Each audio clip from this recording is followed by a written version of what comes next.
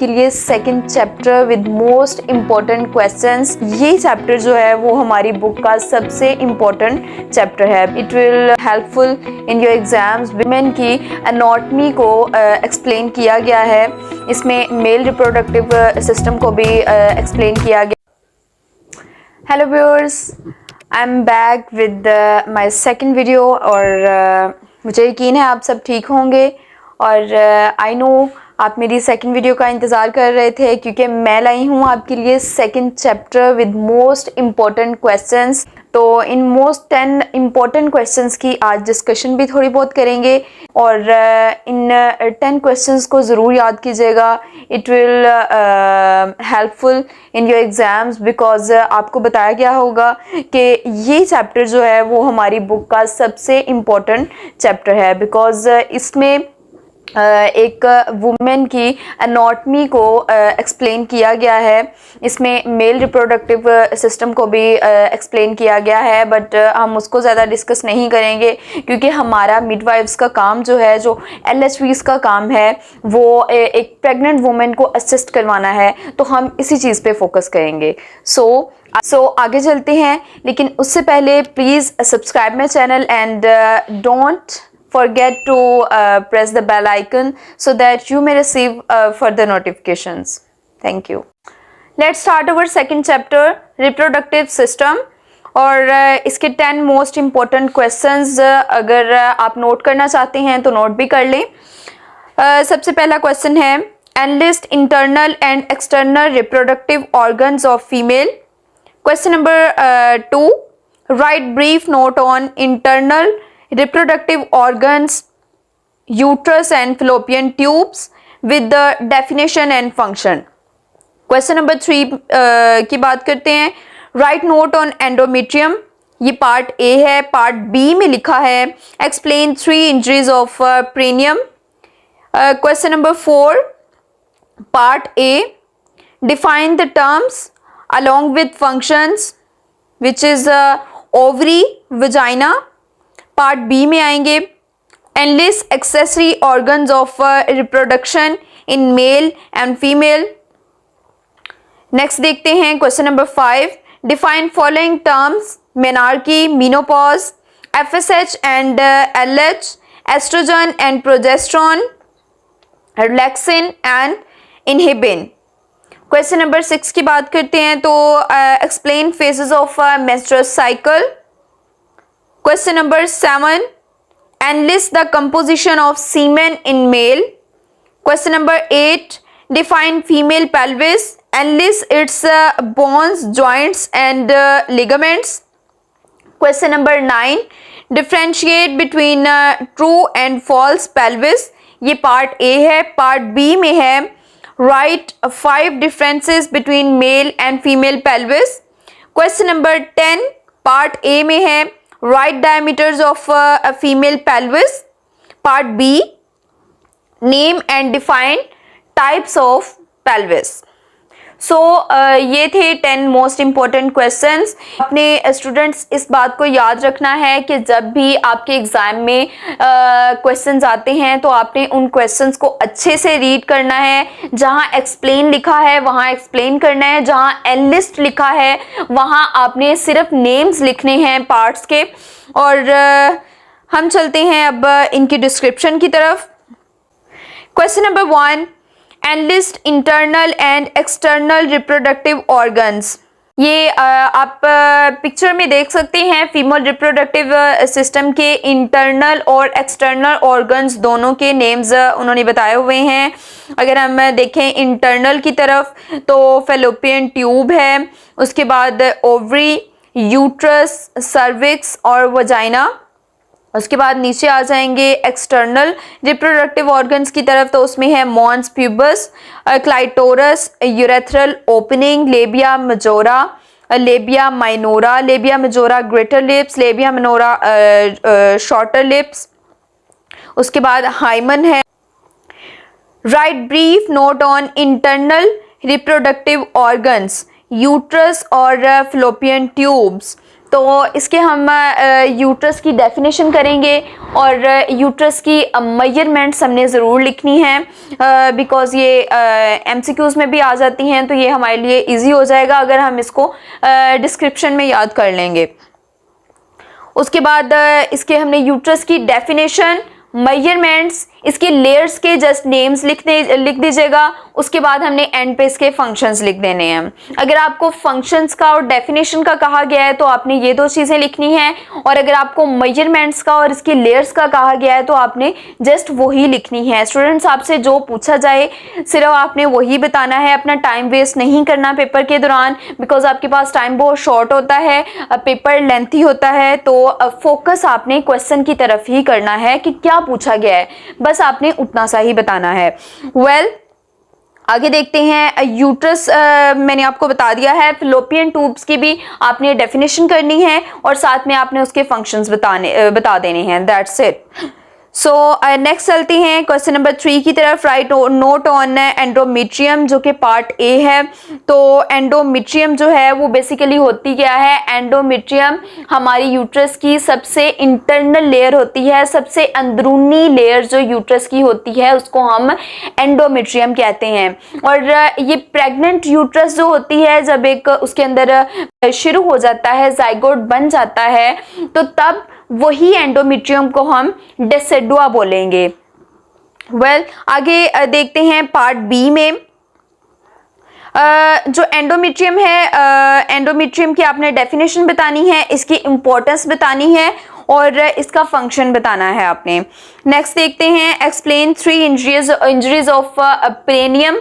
पेरेनियम की इंजरी के बारे में हमने बताना है। हमारे वेजिनल एरिया से लेकर एनस तक जो सारा एरिया है उसको हम पेरेनियम कहते हैं, पेरेनियल एरिया कहते हैं। तो बाजुकात ऐसे होता है कि लेबर के दौरान ये एरिया हमारा लेसरेशन हो जाती हैं, इसमें कट लग जाते हैं और इन लेसरेशंस को हम डिग्रीज में डिवाइड करते हैं, उनको डिग्रीज में उनके नाम दिए जाते हैं उनको। इन लेसरेशंस को हम डिग्रीज में डिवाइड करते हैं, जो भी आप देख सकते हैं कि डिग्रीज को एक्सप्लेन किया हुआ है, उन्होंने डायग्राम में शो किया हुआ है। इंजरीज जो हैं वो बेसिकली हमारी बुक्स में जो हैं वो 3 तरह की हैं, फर्स्ट डिग्री, सेकंड डिग्री और थर्ड डिग्री। तो फर्स्ट डिग्री में जो है वो एक शॉर्टकट आता है जिसमें फोरशेड जो है वो इंक्लूड नहीं होता। सेकंड डिग्री में जो है वो हमारा फोरशेड जो है, जो मिड लाइन है वेजाइना के नीचे, जो मिड लाइन है, जो फोरशेड है वो इंक्लूड हो जाता है। और जो थर्ड डिग्री होता है वो बहुत स्फेयर होता है, इसमें हमारे फोरशेड से भी आगे जो है वो इंजरीज हो जाती हैं। लेकिन क्वेश्चन नंबर 4 की तरफ, define the terms along with functions ovaries और वजाइना। ओवरीज और वजाइना की हमने डेफिनेशंस लिखनी है। ओवरीज क्या होती हैं, उसके फंक्शंस लिखने हैं। ओवरीज का काम है एग्स को बनाना, एग्स को प्रोड्यूस करना और ओवुलेशन को इंड्यूस करवाना। यहाँ से ही एग निकलता है और फ्लोपियन ट्यूब्स में ट्रैवल करता है। सो ओवरीज का ये काम है और ओवरीज का ये भी काम है कि वो गैमेटोजेनेसिस का काम करता है, मतलब अपने अंदर एग्स को मैच्योर होने की शेल्टर देता है, जगह देता है। आगे देखते हैं वजाइना। वजाइना की भी हमने जो है वो डेफिनेशन लिखनी है, साथ में उसके फंक्शन लिख देने हैं। ये एक कॉपुलेटरी ऑर्गन है, ठीक है, इंटरकोर्स का एक वे है और इसके अलावा वजाइना जो है वो एक एक्सक्रीटरी चैनल है फॉर ब्लीडिंग, फॉर मेंस्ट्रुएशन। इसका पार्ट बी देखेंगे, accessory organs. Enlist accessory organs of reproduction in male and female. Accessory reproductive organs अगर हम मेल में देखें तो ये हैं सेमिनल वेसिकल, प्रोस्टेट और बल्बो यूरेथ्रल ग्लैंड। ये 3 एक्सेसरी रिप्रोडक्टिव ऑर्गन्स हैं इन मेल, और फीमेल में एक्सेसरी रिप्रोडक्टिव ऑर्गन्स ब्रेस्ट होते हैं। इनके हमने बस नेम्स ही बताने हैं। नेक्स्ट है हमारा क्वेश्चन नंबर 5। इसकी टर्म्स को हमने डिफाइन करना है, मेनार्की, मीनोपॉज।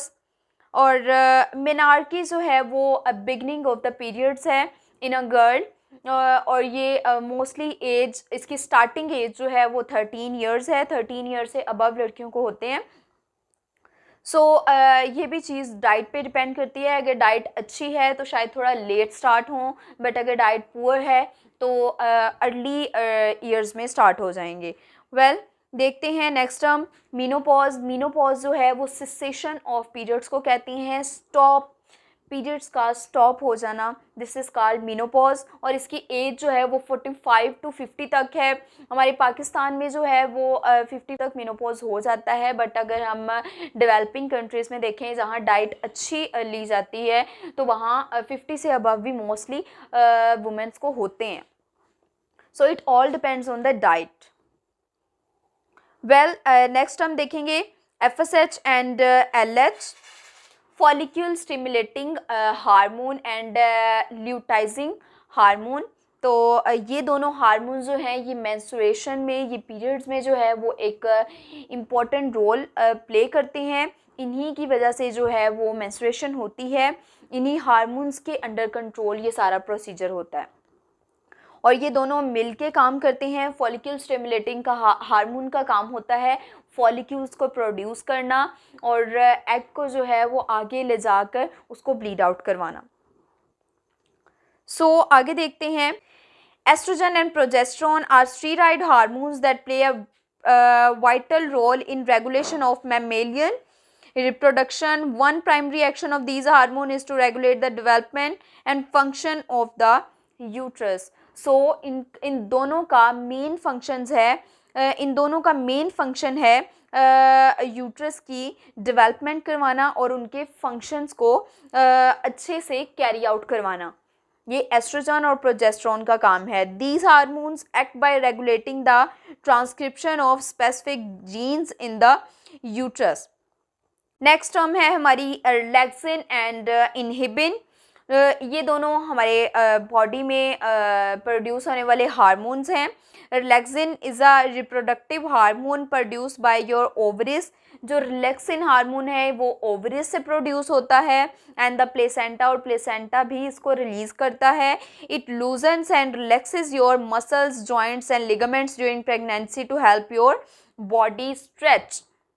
ये हमारे मसल्स को लूज़ करता है ताकि हमारी बॉडी, बिकॉज एक वुमेन का फर्स्ट ट्राइमेस्टर में जो पेट होता है वो छोटा होता है, बट सेकेंड थर्ड ट्राइमेस्टर में उसका पेट बड़ा हो जाता है। तो मसल्स हमारे जो हैं वो पुल होने होते हैं, स्ट्रेच होने होते हैं। तो इसमें रिलैक्सिन जो है वो इम्पोर्टेंट काम देता है। Question number 6, explain phases of menstrual cycle. इसमें हमने मेंस्ट्रुअल साइकिल के फेजेस को बताना है कि कितने फेजेस हैं। 4 फेजेस हैं, उनकी डेफिनेशन, कौन से हार्मोन्स इनमें जो है वो काम कर रहे हैं, उन हार्मोन्स को आपने ज़रूर जो है वो पॉइंट आउट करना है और उनकी डेफिनेशन पे फोकस करना है। और तीसरी चीज़, आपने हर फेज़ का ड्यूरेशन बताना है। जैसे जो मेंस्ट्रुएशन का फेज़ है जिसमें ब्लीडिंग होनी होती है, वो हमारा फेज़ जो है वो 3 to 4 डेज़ का है या मैक्सिमम 7 डेज़ का होता है। हमारा सेकंड फेज़ है फॉलिकुलर फेज़। फॉलिकुलर फेज़ में क्या होता है? Before release of the egg, egg release होने से पहले जो प्रोसीजर हो रहा होता है, जो गैमेटोजेनेसिस हो रही होती है, जो एक एग मैच्योर हो रहा होता है, उसको हम फॉलिकुलर फेज़ कहते हैं, जिसको FSH जो है वो कैरी आउट कर रहा होता है, फॉलिकल्स बना रहा होता है और फिर बाद में कितने सारे एग्स बन जाते हैं जिसमें से एक मैच्योर एग रेडी होता है और वो फिर नेक्स्ट फेज़ में जाता है जो कि है ओव्यूलेटरी फेज़। इसको हम जो है वो इसकी डेफिनेशन बताएंगे और इसके अलावा हम बताएंगे कि ओव्यूलेटरी फेज़ में कौन सा हार्मोन है जिसकी वजह से ओव्यूलेशन होती है। तो ये भी मैं आपको बता देती हूँ कि ओव्यूलेशन जो है वो LH सर्ज की वजह से होती है। तब जब LH सर्ज ल्यूटाइजिंग हार्मोन जो है वो प्रोड्यूस्ड होता है तो तब एग जो है वो ओवरी से रिलीज होता है और फिलोपियन ट्यूब्स में मूव करता है। लास्ट फेज़ है हमारा ल्यूटील फेज़ जो कि है आफ्टर एग रिलीज जो कि ओव्यूलेशन के बाद है, मतलब एग रिलीज होने के बाद वाला फेज है, उसको हम ल्यूटील फेज कहते हैं। तो ये थे हमारे 4 phases of menstrual cycle. Hope आपको समझ आ गई होगी कि इसमें कौन से 2 हार्मोन्स थे जिन्होंने इम्पोर्टेंट रोल प्ले किया, which is FSH and LH। देखते हैं question number 7, analysis the composition of semen in male. Male में जो सीमन फ्लूइड होता है, ये स्पर्म्स होते हैं, इसका जो फ्लूइड होता है इसमें कॉम्पोजिशन क्या है, कंपोनेंट्स कौन कौन से हैं, उनको हमने एनालिस्ट करना है। सो लेट्स सी कि इसके कंपोनेंट्स कौन से हैं। Yes, I got it. और composition, most of the fluid in semen is made up of secretions from male reproductive organs. Semen contains citric acid, free amino acid, fructose, enzymes, phosphocholine, prostaglandin, potassium and zinc. So these were the components of semen. और book में जो हैं ये उन्होंने analyst किए हुए हैं, आप अपनी बुक से भी देख लीजिएगा। Question number 8, define female pelvis and it's bones, joints and ligaments. और फीमेल पेल्विस को हमने डिफाइन करना है और इसके जॉइंट्स को, बोन्स जैसे कि 2 एनोमिनेट बोन्स हैं, उसके बाद इलियम है, इस्कियम है, कॉक्सिक है, सैक्रम है, इन सारी बोन्स को आपने एनालिस्ट करना है। उसके बाद उसके जॉइंट्स को एनालिस्ट करना है और लिगामेंट्स के आपने नेम्स लिखने हैं। Next question number 9, differ between true and false pelvis. ये हमने ट्रू और फॉल्स पेल्विस की डेफिनेशन लिखनी है और इसके 2 पॉइंट्स अगर आप लिख दें डिफरेंस में तो ये काफ़ी होंगे। उसके बाद है any 5 differences between male and female pelvis. Male और फीमेल पेल्विस के भी आपने 6 to 7 डिफरेंसेस लिख देने हैं पेपर में, ताकि अगर आपका 1-2 गलत भी हो जाएं तो आपके 5 मैक्सिमम रहें और आप उसके मार्क्स जो हैं वो ले सकें। नेक्स्ट देखते हैं क्वेश्चन नंबर 10, जो कि हमारा लास्ट है और इसमें right diameters of female pelvis, इसका मैंने टेबल दिया हुआ है, वो भी आप देख लें। इसका ट्रांसफर्स, ऑब्लीक जो है, ये सारे डायमीटर्स मैंने दिए हुए हैं, ये आप देख लें। और पार्ट बी में है name and define types of pelvis. Pelvis के हमने नाम बताने हैं और उनको डिफाइन करना है और उनकी परसेंटेज भी बतानी है और उनकी शेप्स भी बतानी है। There are 4 types of pelvis: gynecoid, platyploid, android and anthropoid. So these were our 10 questions जिनको हमने डिस्कस किया। होप आपको कुछ ना कुछ नया सीखने को ज़रूर मिला होगा, बट आपने जो चीज़ फोकस करनी है वो यही है कि आप इन 10 क्वेश्चंस को अच्छे से अपनी बुक से याद कर लें, इनके नोट्स बना लें।